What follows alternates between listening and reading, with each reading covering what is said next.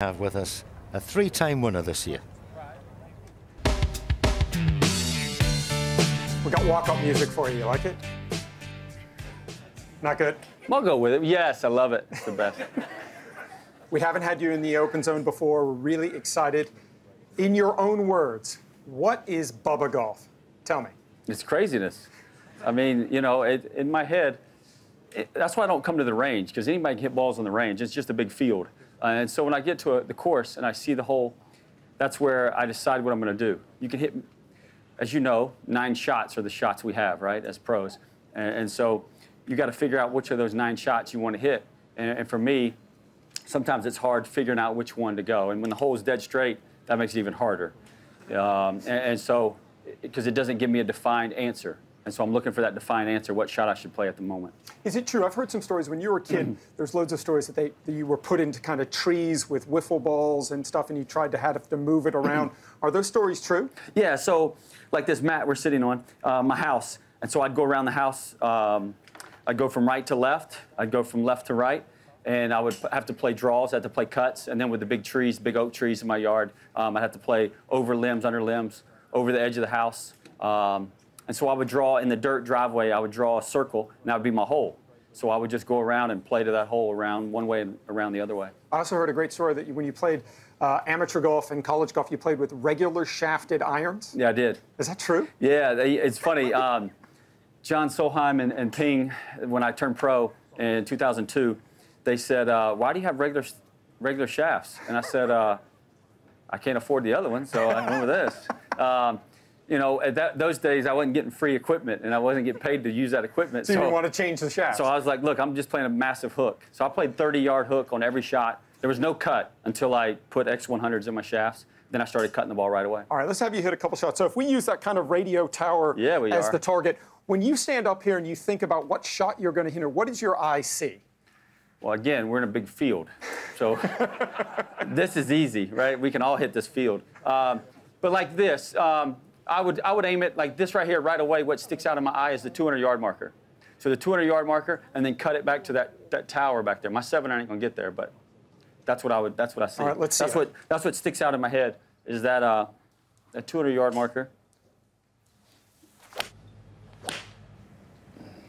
Now, a lot of times when we watch you on TV, Bubba, we look at where your stance is relative to where the shot's going to go, and I think a lot of people look at that, and sometimes, is that a feel thing for you? Do you just kind of think about are you thinking about where your feet are, or are you just standing up and kind of feeling it yourself? I'm feeling it. And so, again, like if I were going to hit a big hook, I want more open, and the reason why I want more open is because, when I say a big hook, I meant big cut, but what I'm saying is, I want more open because in the back of your mind, without even thinking about it, or without me even thinking about it, naturally your body's going to make sure it gets the ball to go that direction. And so the more you open, the more in the back of my mind, I know I've got to go that way. So if I'm this, that automatically your body's going to push it that direction. And so that's why, and then it's the opposite, the same way if I was hitting a big hook, kind of like I did a few years ago off Pine Straw. But so anyway. Yeah, that worked out pretty good. Yeah, so hit us the big hook, and then hit us the big slice. So we aim it out, and we'll start it over here and go back to that tower.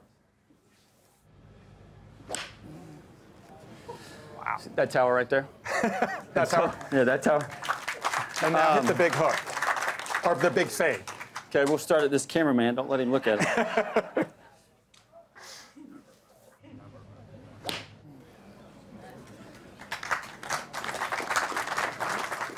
Talk to us about the golf course here. Do you like the challenge that it presents? Yeah, you know, it's been a while. You know, I haven't played that many Opens, but first time we see it this color, right? I think Muirfield, when who won? The other lefty won. So that's the first time we've seen it this brown in a while. And so I'm looking forward to it. The balls are just going forever. You know, hopefully the weather will stay like this, so it makes it more fun for us. But, you know, I'm looking forward to it. I think that it's very fair off the tee.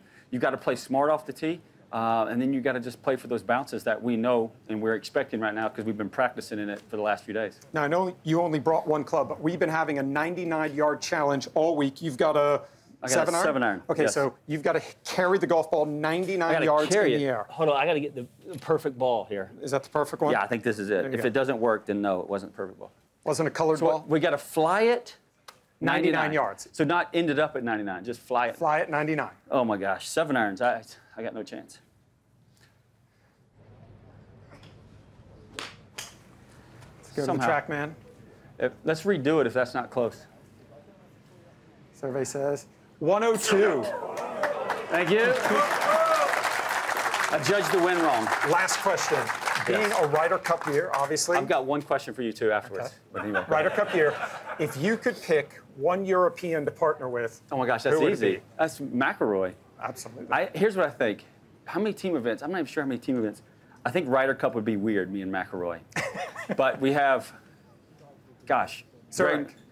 We have Zurich. Right? Yeah, there you go. So Zurich. And we have, there's another one at the end of the year. Shark Shark Shootout. Shootout. I don't know who sponsors it now. QBE or something. I'm not sure. But so the Shark Shootout. So there we go. Ryder Cup would be a little weird, but You could take McIlroy. he lives in the U.S. Maybe we'll take him. All right. Exactly. Good stuff. Hey, and then for you, how about this? Been some crazy stuff happening with you and your team. All right. There's a lot of engagements. Who would be next to get engaged on your team, right? Ooh. All these players are getting engaged. I figured Dustin's already engaged. Dustin's engaged. Ricky just got engaged. Ricky's engaged. That only leaves one. I think it's coming. I think it's coming too. Exactly. Bubba Watson, thanks for talking to Yeah, us. man. Thank you. Thanks. Bubba Watson, that was magnificent. You've just won thousands of